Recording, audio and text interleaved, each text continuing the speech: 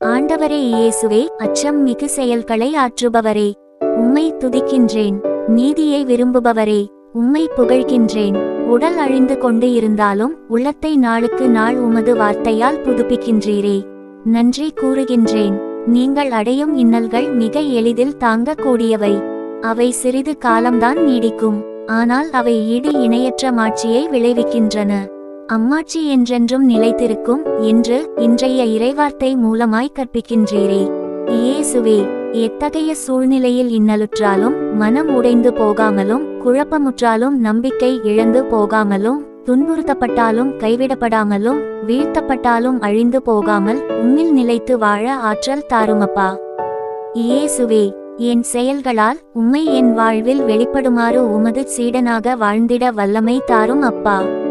கோதுமை மணி மண்ணில் வீழ்ந்து மடிந்தால் தான் பலன் அளிக்கும் என்றீர். இவ்வுலக வாழ்வின் துன்பங்களால் நாங்கள் வளம் பெற்று விண்ணக வாழ்வில் நுழைந்திடவும் உம் ஆற்றலை உணர்ந்திடவும் அருள் தாரும்.